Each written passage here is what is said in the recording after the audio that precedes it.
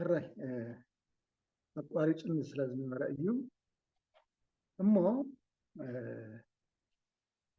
نعاتهم ون نجس نتوز ون نسها نقاطه نسها نقاطه دما ناتمقى نايقويتانا يسوع كريستوس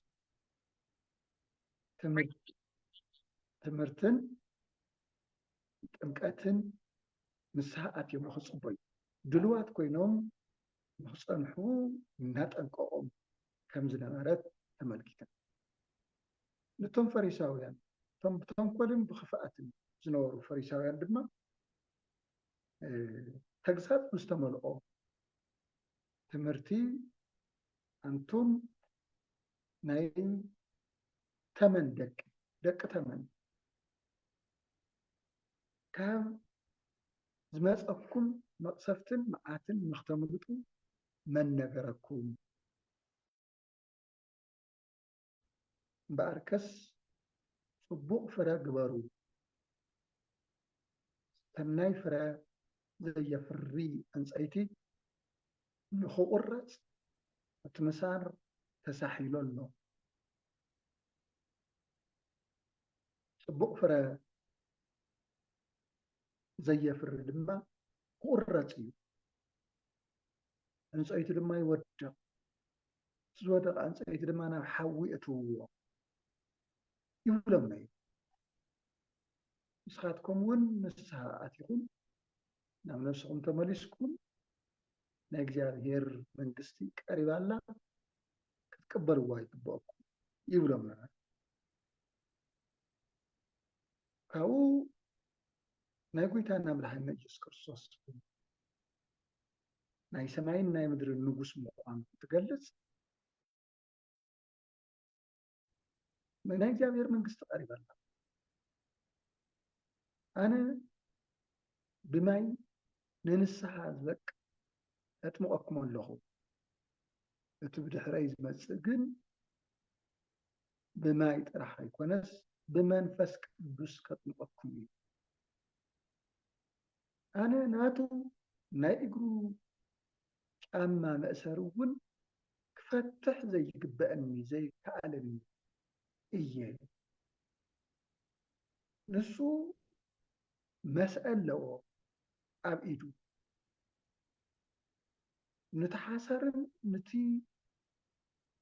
ስርናይን ይፈላለዮ ንተሓሰር ናብ ሓዊ እትዎ ነተ ስርናይ ድማ ናብ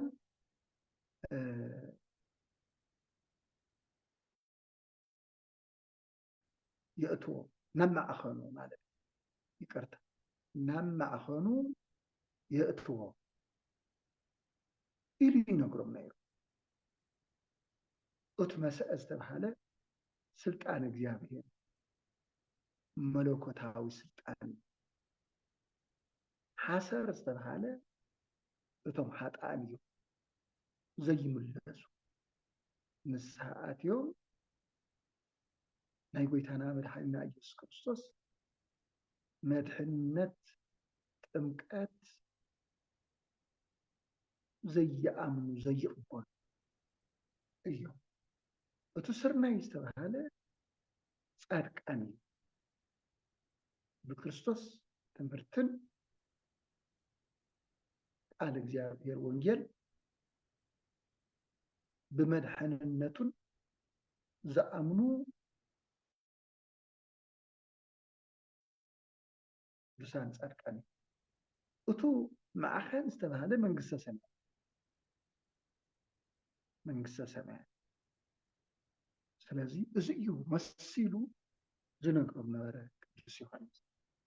እዚ ኣብቲ ዝሓለፈ ብዝተኻለ መጠን ርኢናዩ ተመልኪትናዩ ዮሐንስ እዚ ኩሉ ዝፀርጎ ዝነበረ መንፈሳዊ ፅርግያ ንምንታይ እዩ እወ ናይ ሰማይን ናይ ምድርን ንጉስ ኢየሱስ ክርስቶስ ስለዝመፀ ብናቱ ኢድ ድማ ስለዝጥመቕ ኣቐዲሙ እዩ መንገዲ ይፀርገሉ። ሕዚ ግን ናይ ልማዓንቲ ትምህርትና ማቴዎስ ምዕራፍ 3 ቁፅሪ 13 ናይ ጎይታና ኢየሱስ ክርስቶስ ጥምቀት ክንመሃር ኢና ሕፅር ብዩ። ወንጌላዊ ቅዱስ ማቴዎስ ሐዋርያ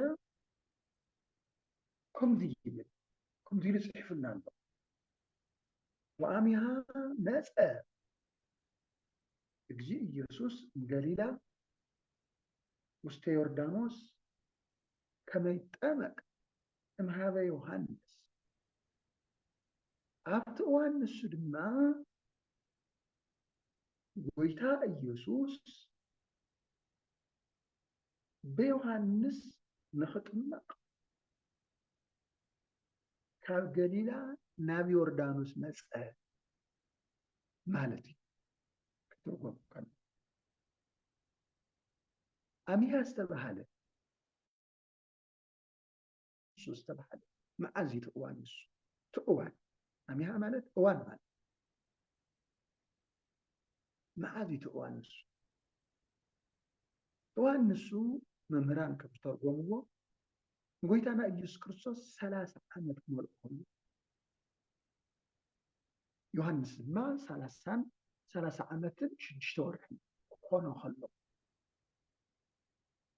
እዩ እቲ አሚሃ ዝተባሃለ። ኣብዚ እዋን እዚ ዮሐንስ ህዝቢ ኣኪቡ እንተጥምቕ ጎይታና መድሓኒና ኢየሱስ ክርስቶስ ድማ ናብ ዮሐንስ መፂኡ ኣጥምቐኒ ክብሎ መፂኡ። ንምንታይ እዩ? እቶም ህዝብስ ይኹን ጎይታና ኢየሱስ ክርስቶስ ግን ጎይታ እዩ፣ ፈጣሪ እዩ። ናብ ዮሐንስ ከይዱ ክጥመቕ ደልየ። ዮሐንስ ከይዱ እንዶ ከጥምቆ ይግባአኒ ከምቲ ስርዓቱ ከምኡ እዩ። ግን ጎይታና ኢየሱስ ክርስቶስ ብክልተ ምክንያት ናብ ዮሐንስ ከይዱ። እቲ ቀዳማይ ነገር ናይ ትሕትና ኣርኣያ ንምኳን ብትሕትና። እቲ ካልኣይ ነገር ጎይታና መድሓኒና ኢየሱስ ክርስቶስ ናብ ዮሐንስ ዝኸደሉ ምክንያት ከም ዕብራዊ መጠን ከም ዕብራውያን ማለት እስራኤላዊ ከም ምኳኑ መጠን እስራኤላውያን ኩሎም ናብ ዮሐንስ ናኸዱ ይጥምቁ ስለ ዝነበሩ ስለዚ ናብ እዚ ምክንያት እዚ ናብ ዮሐንስ ከይዱ ክጥምቕ ርግፅ እዚ ምእመናን ወኪል እዩ። ማሕበረ ምእመናን ወኪል ናብ ዮሐንስ ክጥምቕ ይኸይድ። ንኣብነት ናይ ምድሪ ነገስታት ዮሐንስ ከይዱ ተዘጥምቆ ነይሩ። እቶም ናይ ምድሪ ነገስታት መኳንንት መፂኹም ናብ ገዛና ጥምቁና ክብሉ ነይሮም ይኾኑ ምናልባት ንኸይብሉ ክቡር እየ ናይ ዓለም ንጉስ እየ በዓል ሃፍቲ እየ እንታይ ዶስ ተባሂሉ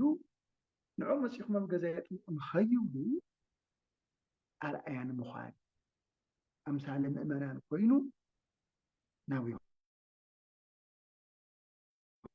ጎይታና መድሓኒና ኢየሱስ ክርስቶስ ክብሪ ምስጋና ንምስራሕ እዩ። ካልኣይ ንምንታይ እዩ ናብ ዮርዳኖስ ከይዱ? እቲ ጥምቀትስ ካሊእ ርባ ዘይነበረን ኣብ ካሊእ ርባ ዘየጥምቕ ነይሩ ዮሐንስ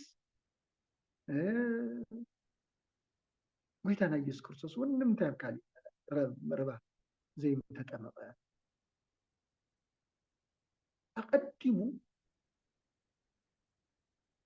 በቦታት ነቢያት ጎይታና መድሓኒትና ኢየሱስ ክርስቶስ ኣብ ዮርዳኖስ ወሓዚ ማይ ከም ዝጥማዕ ትንቢት ተነጊሩ ነይሩ ብኒ ቅዱስ ዳዊት። እንታይ ይብል ነይሩ ትንቢት? ባሕርኒ ርእየ ወጎየ ወዮርዳኖስኒ ገብአ ድሕርዮም። ረአየት ጎየት ደድሕሪኡ ጎየት። ዮርዳኖስ ዝበሃል ድማ ንድሕሪኡ ተመለሰ ማለት እዩ። እዚ ቅዱስ ዳዊት ዝተናገረ ኣተሓሒዙ ቅዱስ ዳዊት ብኻሊእ ድማ ርእዩከ ማያት እግዚኦ እግዚኦ ኦ ጎይታ ማያት ረአዩኻ ርእዩከ ማያት ወፈርሑ ማያት ሪኦም ፈርሑኻ ደንገጹ ቀላያት ማያት ናይ ባሕሪ ቀላያት ድማ ደንገጹ ኢሉ ቅዱስ ዳዊት ተናጊሩ ነይሩ። እቲ ካሊእ ምሳሌ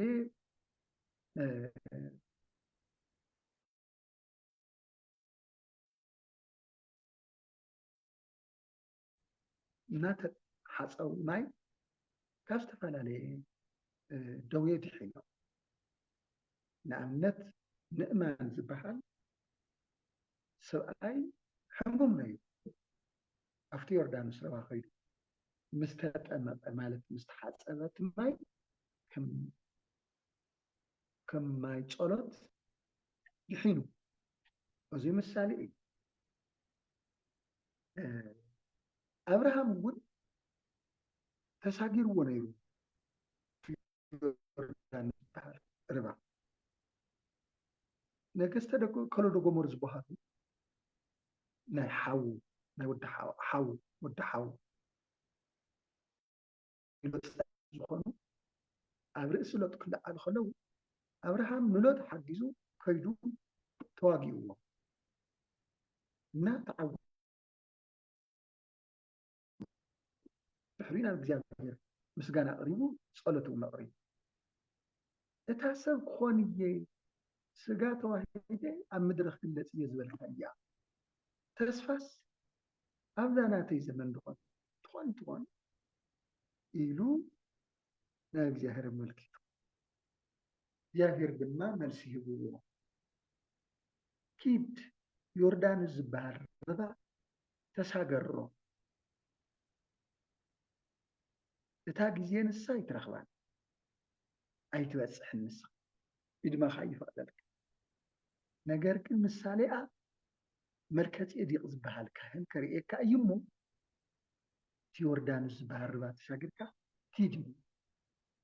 ናብ መልከ ጼዴቅ መልከ ጼዴቅ ድማ አብርሃም ከም ዝመጽእ ፈሊጡ ጽዋዕ በረከት ህብስተ ኣኮቴት ርእይዎም ማለት እዩ። ናይ ሓድስ ኪዳን ስርዓት ኣርእዩ መልከ ጼዴቅ ንኣብርሃም ማለት እዩ። እዚ ምሳሌ እዩ ነይሩ። እንታይ እዩ ዘመልክት ዘሎ? ንምንታይ አብርሃም ዮርዳኖስ ተሳጊሩ? እዚ መምህራን ከም ዝበልዎ አብርሃም ናይ ምእመናን ምሳሌ እዩ ነይሩ። እቲ ዮርዳኖስ ድማ ናይ ጥምቀት መልከ ጼዴቅ ዝበሃል ካህን ድማ ናይ ሓድስ ኪዳን ካህናት እዩ ነይሩ። ስለዚ እዚ ምሳሌ እዚ ትንቢት እዚ ንኽፍጸም ጎይታና መድሓኒና ኢየሱስ ክርስቶስ ኣብ ዮርዳኖስ ተጠምቁ። ብዚ መሰረት እዚ ስኢሉ ደስ ይለና ኣሎ እሞ ከይደ ክጥመቕ ብምባል ወይም ደግሞ ህዝቢ ኣነ እውን ክኸይድ ብምባል ኣይኮነን። ድንገት ዝኾነ እውን ኣይኮነን። ኣቐዲሞም ቅዱሳን ነቢያት ትንቢት ተናጊሮምሉ ኣበው ድማ ምሳሌ መሲሎምሉ ምሳሌኡ ተዳልዩ ዝጸንዐ ዝነበረ ስለ ዝኾነ ጎይታና ኢየሱስ ክርስቶስ يوردانوس كيدو يوحنس إد تتأمق مالك يوحنس قال أبيو يوحنس نزيم عن سأفكد حبيك أمك يوحنس قال أنا خالا أختمق بأن إلو أبي ونيرو ንምንታይ ጎይታና ኢየሱስ ክርስቶስ ጎይታ ፈጣሪ ዮሐንስ ፍጡር ከመይ ፈጣሪ በፍጡር ኢድ ይጥመቅ ፍጡር በፈጣሪ ኢድ ይጥመቅ ይከብር እምበር ንምንታይ ኢሉ ኣብይዎና እዩ ከላይ ወአንተኑ ትመጽእ ሃብየ ጎይታይ ንስኻ ናባይ ክትመጽእ ንስኻ ትመጽእ ኢሉ ምንትኑ ኣነ ኢላ እንኡ ተናጊራ ነይራ ምንትኑ ኣነ ከመ ትምጽእ ሃብየ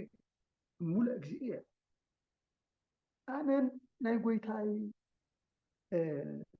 ኣዲኡ ዝኾንክ ንስኺ ናባይ ክትመጽእ ኣነ እንታይ እየ ኢላ ነይራ ዮሐንስ እውን ምስ ናይ ኣዲኡ ንግግር ኣታሒዙ ተናጊሩ ምንትኑ ኣነ ወአንተኑ ትመጽእ ሃብየ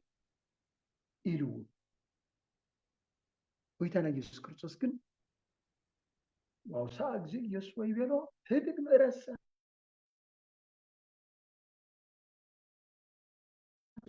ሓደ ግዜ ግደፍ ኢሉ ሓደ ግዜ ግደፍ ንምንታይ ከመንፈጽም ኩሎ ጽድቀ እስመ ከመዝ ተድላለነ ወይደልወን ከመንፈጽም ኩሎ ጽድቀ እስመ ከመዝ ተድላለነ ወይደልወን ከመንፈጽም ኩሎ ጽድቀ እዚ ንዓና ድልው እዩ ሓጎስና እዩ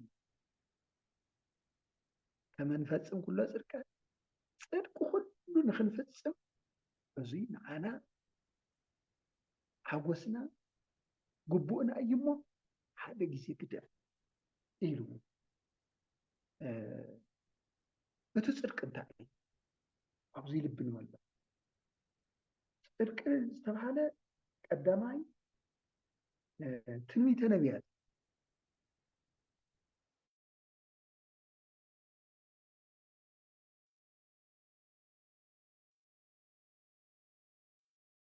ፍጽም እዚ ንዓና ግቡእና እዩ ስለዚ ሓደ ግዜ ግደፍ ደቅ ኢሉ ካልኣይ እቲ ጽድቂ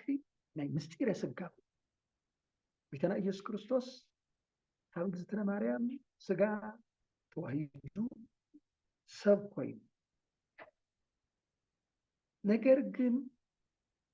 ሰማያዊ መለኮት አካላዊ ቃል ወልደ እግዚአብሔር ስጋ ተዋሂዱ ፍጹም አምላክ ፍጹም ሰብ ምዃኑ ቤተ አይሁድ ይሁኑ ሁሉ ሰብ ይፈልጥ የለን አይተረድእዎን ይፈልጥዎን ስለዚህ ይኣምኑ ነይሩ እዚ ምስጢረ ስጋዊ እዚ ንክንገልጽ ይግበአና ሓደ ግዜ ግደፍ ኢሉ ጽድቂ ዝተባሃለ እዚ ምስጢረ ስጋዊ ጽድቂ ዝተባሃለ ናይ ነቢያት ትንቢት ሓደ ግዜ ካብኡ ዮሐንስ እውን ኣሚኑ ተቐቢሉ ርግጽ እዩ ቅዱስ ያሬድ በረከት ይብፅሕና እሞ እዚ ኣብርሁ ኣስፊሑ ተርጉምዎ ኣሎ ዮሐንስ ንስኻ ናባይ ክትመጽእ ኣነ መን እየ ኢሉ ጎይታና ኢየሱስ ክርስቶስ ክምልሰሉ ከሎ ኣታሒዙ ካሊእ እውን ነጊሩ ጠይቕዎ በአይደ ሰው ኣጠምቅ በስምከ ኣጠምቅ ኢልዎ ይብል ቅዱስ ያሬድ እቲ ካሊእ ነቲ ካሊእ ከጥምቕ ከለኹ ብስምካ ኣጥምቆ ወኪያከ ሰው ኣጠምቅ ንዓኻ ከጥምቕ ከለኹ ግን ብናይ መንስም እንታይ ክብል እዩ ብናይ መንስም ከጥዋቅ እንታይ ክብል ኢሉ ሓቲቱ ጎይታና ኢየሱስ ክርስቶስ ድማ ወልዱ ለብሩክ ከሳቴ ብርሃን ተሳሃለኒ በል ኢሉ ብርሃን ትገልጽ ናይ ብሩክ ኣብ ወዲ ይቅር በለና በል ማለት እዩ እዚ ምስ በሎ ጎይታና ኢየሱስ ክርስቶስ እዚ ምስ ነገሮ ሽዑ ንሽዑ ኣጥሚቁ ሕዚ ሕቶ የለን ሕቶ ተወዲኡ ኣጥሚቁ እና ወንጌላዊ ማቴዎስ ከምዚ ይብል ናይ ጎይታና ኢየሱስ ክርስቶስ ጥምቀት ወተጠሚቆ ጊዜ ኢየሱስ ሶቢሃ ወፃእ እማይ ጎይታ ኢየሱስ ክርስቶስ ምስ ተጠመቀ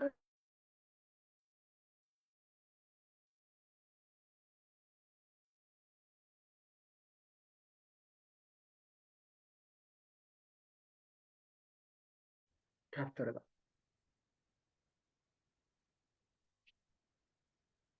ምስ ወፃ ዓብይ ምስጢር ተገሊጹ ዓብይ ምስጢር እንታይ እቲ ምስጢር ምስጢረ ስላሴ ሓደ ካልኣይ ድማ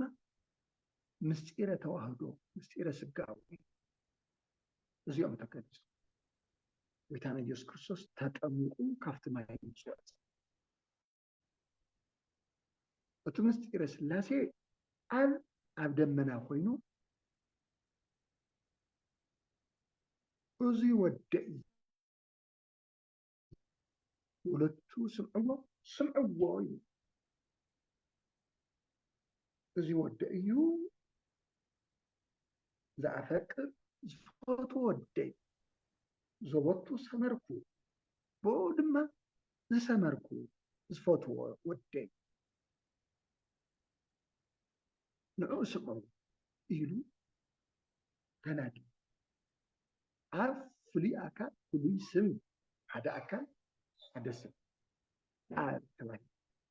ዝተፈለየ ኣካል ድማ ፍሉይ ኣካል ፍሉይ ስም ኣብ ይባል ካልኣይ ወልዲ ድማ ኣብ ዮርዳኖስ ርባ ጠጠው ኢሉ ብኣካል ይርአ ኣሎ ካሊእ ኣካል ካሊእ ስም ሳልሳይ መንፈስ ቅዱስ በአምሳለ ርግብ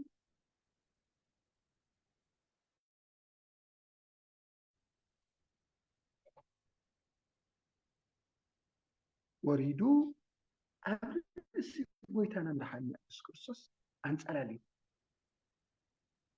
ጸለል ሌሉ ተራእዩ እዚ ድማ ካሊእ ኣካል ካሊእ ስም መንፈስ ቅዱስ እዩ ዝበሎ ማቴዎስ ወንጌላዊ ኩሎም ዮሃንስ እውን ብወንጌሉ ምዕራፍ 1 መንፈስ ቅዱስ እንዘይወርድ በአምሳለ ርግብ ኢሉ ገሊጽዎ ሉቃስ እውን ከምኡ ማቴዎስ እውን ከምኡ ማርቆስ እውን ከምኡ ይገልጹ ሓደ ይገለጹ ስለዚ ኣብ ዮርዳኖስ ርባ አብን ወልድን መንፈስ ቅዱስን ተገሊጹ እዚ ምስጢረ ስላሴ ይባሃል ምስጢረ ስላሴ ናይ ስላሴ ትምህርቲ ዕሙቕ ምስጢር ማለት እዩ ዕሙቕ ትምህርቲ ረቂቅ ምስጢር ማለት ምስጢረ ስላሴ ማለት ንምንታይ እዩ ዕሙቕ ተባሂሉ ናይ እግዚአብሔር ሶስትነት በሃይማኖት ተአምኖ እምበር በአይምሮ ወይም ዝኾነ ሳይንሳዊ መንገድ ክምርምሮ እየ ኢልካ ክትበጽሖ ስለዘይ በሃይማኖት ተዚ ኮይኑ ክትበጽሖ ዘይትኽእል ክትምርምሮ እውን ዘይትኽእል ስለ ዝኾነ እዩ እና ኣብዚ ግዜ እዚ ምስጢረ ስላሴ ተገሊፁ እቲ ምስጢረ ተዋህዶ ኣብ ደመና ኮይኑ ዝንቱ እቲ ወልድየ ዝኣፈቅር ዘወቱ ሰመርኩ ወለቱ ስምዕዎ ክብል ከሎ ዝንቱ እቲ ወልድየ ብምንታይ እዩ ዝወልዶ ኣብ እዚ ወደ እዩ ኢሉ ብምንታይ እዚ ነስተውዕል ኣብ ንወልድ ዝወልዶ ብመለኮቱ ቅድሚ ዓለም እዩ ዝወለዶ ዓለም ቅድሚ ምፍጣሩ እቲ ግዜ ንሱ ኣይንፈልጦን መዓዝ እዩ ንዝብል መልሲ ኣይህልወናን እሱ ዝነገረና ጣ ንኣምን ዓለም ቅድሚ ምፍጣሩ ብመለኮቱ ካብ ኣብ ተወሊዱ እንደገና ድሕሪ ዓለም ድማ እቱ ካብ ኣብ ዝተወለደ መለኮት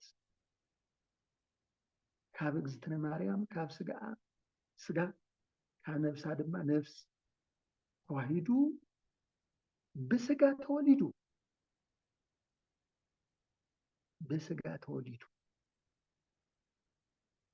እቱ ካብ ኣብ ዝተወለደ ካብ እግዝእትነ ማርያም ብስጋ ተወሊዱ ካብ ኣብ ዝተወለደ ካብ ማርያም ብስጋ ክውለድ ከሎ ካብ ማርያም ዝተዋሃዶ ስጋ ድማ ወዲ ኣብ ኮይኑ ካብ ኣብ ዝተወለደ ኮይኑ ብተዋህዶ ካብ ኣብ ዝተወለደ ኮይኑ ስለዚ ብቤተ ክርስቲያን እንታይ ይበሃል እዚ ወልደ ኣብ ወልደ ማርያም ወልደ ኣብ እዚ ይበሃል ስለዚ ኣብ ዝተዋህዶ እዚ መስኪንዎ እንታይ ኢሉ ዝንቱ እቲ ወልድየ ኢሉ እዚ ወደ እዩ ኣንተ ወይ እንታይ እዩ ዝበልኩ ኣብ ቅድሚ ዓለም ንወልድ ብመለኮቱ ወሊድዎ ኢና ዝበልና ነገር ግን ኣብዚ ርባ እዚ ዝኒሄ ጠጠው ኢሉ ዝኒሄ ኣብዚ ስጋ እዚ ዝኒሄ መለኮት ወደ እዩ ንዕኡ ስምዕዎ ኣይበለን ኣዋሂዱ እዩ በተዋህዶ እዚ ወደ ዝፈቶ ወደ እዩ ንዕኡ ስምዕዎ ኢልዎም ነቶም ምእመናን ወለቱ ስምዑ ስለዚ ኣብ ዮርዳኖስ ወሓዚ ማይ ምስጢረ ስላሴን ምስጢረ ስጋዌን ተገሊፁ ጎይታና ኢየሱስ ክርስቶስ ድማ ኣምላክ ጎይታ ፈጣሪ መድሕን ምዃኑ ተገሊፁ ብምንታይ ብተዋህዶ መለኮት ዝተዋሓዶ ጎይታ ስጋ ዝተዋሓዶ መለኮት ሓደ ኣካል ሓደ ባህሪ ሓደ ኢየሱስ ስለዝኾነ እዚ ወደ እዩ ኢሉ ኣብ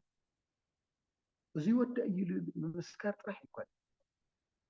ወለቱ ስምዑ ንዕኡ ስምዕዎ ዝበለኩም ዘምህረኩም ስምዕውን እዚ ዓለም እዚ ድምፂ እዚ እዩ ክሰምዕ ዝግብኦ ኣብ ዝንቱ እቲ ወልድየ ዝኣፈቅር ወለቱ ስምዕዎ ዝበሎ ስምዕዎ ስለ ዝተባሃለ ሰብ ኩሉ ክሰምዕ ይግብኦ ናይ ጎይታና ኢየሱስ ክርስቶስ ቃል ስርዓት ትምህርቲ ሃይማኖት ክሰምዕ ሰምዖ ይግብኦ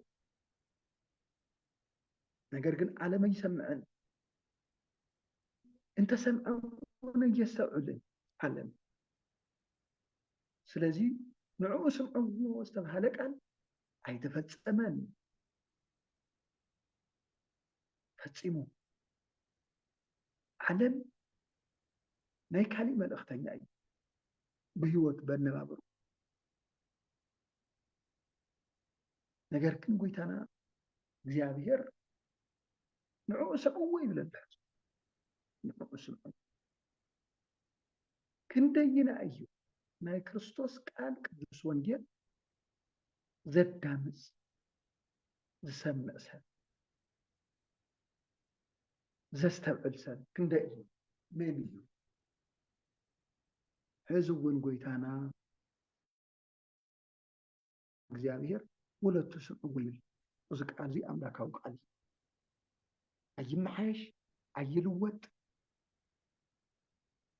ወይ ይተርፍ ስለዚ ወለቱ ስምዑ ይብለሉ ለምጉ እሞ ዝገበርኩም ሰማዕተይ እዚ እዩ ናይ ቤተ ክርስቲያን እውን መልእኽቲ ክኾን ዝግብኦ ጎይታና እግዚአብሔር ዝተናገሮ ወለቱ ስምዕዎ ከም ዝበሎ ንሕና እውን ንዓለም ወለተ ስምዕዎ ክንብሎ ክንነግሮ ክነርድኦ ይግባእ ንክሰምዕዎ ምግባር እና እውን ባዕልና ክንሰምዕ ይግባእ ሓደ ሓደ ግዜ ልማድ ጌርካ ናይ ምውሳድ ነገራት ይርአ ነገር ግን ቅዱስ ወንጌል ባህለ ይኮን ወንጌል ወንጌል እዩ ናይ ጎይታና ኢየሱስ ክርስቶስ ቃል ኣምላካዊ ቃል ሰማያዊ ቃል ቅዱስ ወንጌል ስለዚ ወለቱ ስምዕዎ ዝበሎ እምበኣርከስ ቃሉ ስምዕዎ ማለት እዩ ትምህርቱ ስምዕዎ ማለት እዩ እዚ ክነስተውዕሎ ይግባእ ስለዚ ሎሚ እውን ብዘይ ምቁራፅ ብዮሃንስ መጥምቅ ወርሒ በዓል ኣብ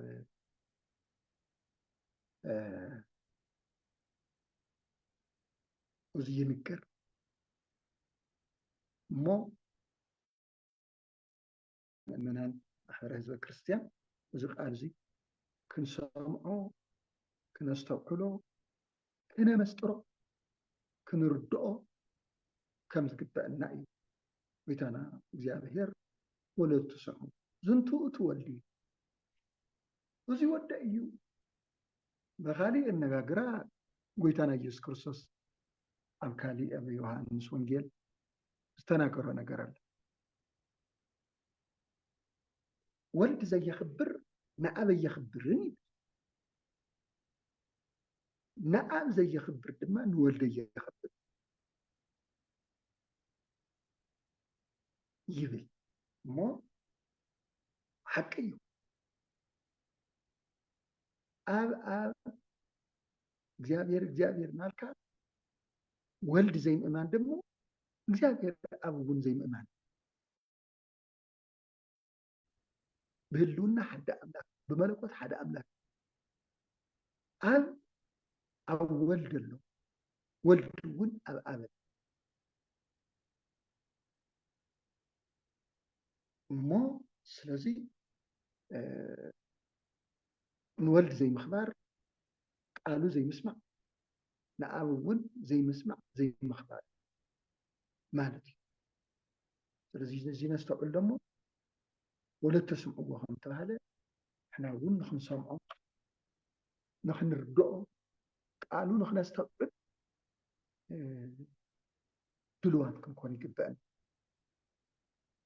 رجز يو سو كله حلف بيت كريستيان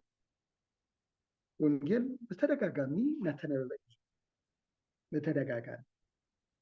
نعم أوازي ما ينبأ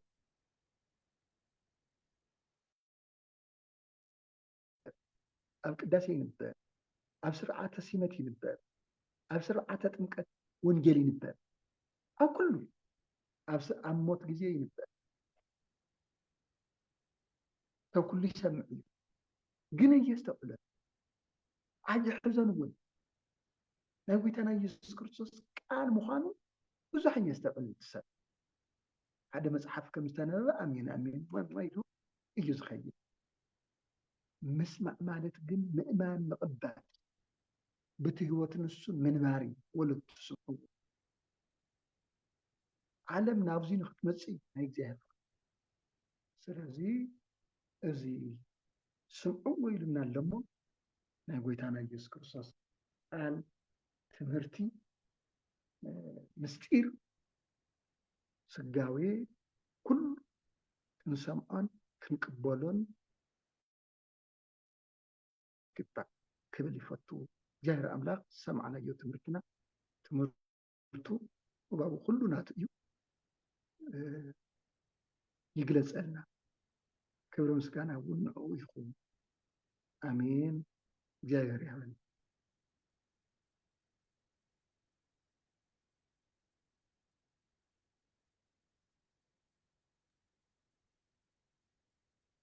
عليه يسمعنا كرورنا عقدنا الثلاثين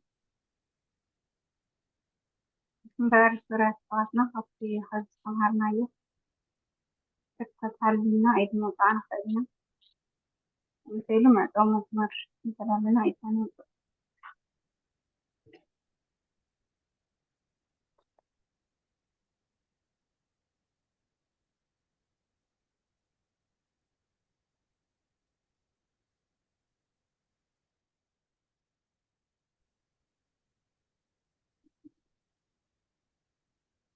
مع الخديوة المطيح نقولها عن كذا حتى نتنزيلنا معطوة مزمر زمر إذن مطيح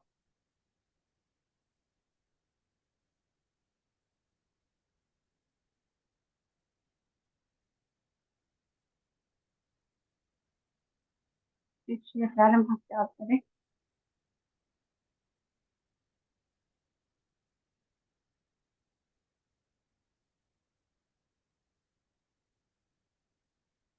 እሺ ቃል ህይወት ይስማዕልና ክወረበና እግዚአብሔር ኣምላኽ ብዕድመ ብፀጋ ይሓልወልና ይቐኒየልና ክወረባይ ኣሜን በስመ ስላሴ ኣሜን ተማሃፅንን ክድምር እየ ዓብይ ዜማ ተሰምዐ በሰማይ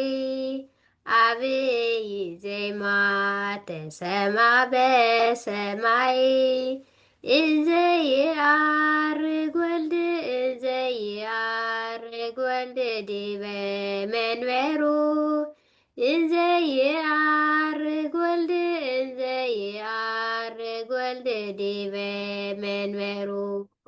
ዓብይ ዜማ ተሰምዐ በሰማይ ዓብይ ዜማ ተሰምዐ በሰማይ እንዘይዐርግ ወልድ እንዘይዐርግ ወልድ ዲበ መንበሩ እንዘይዐርግ ወልድ እንዘይዐርግ ወልድ ዲበ መንበሩ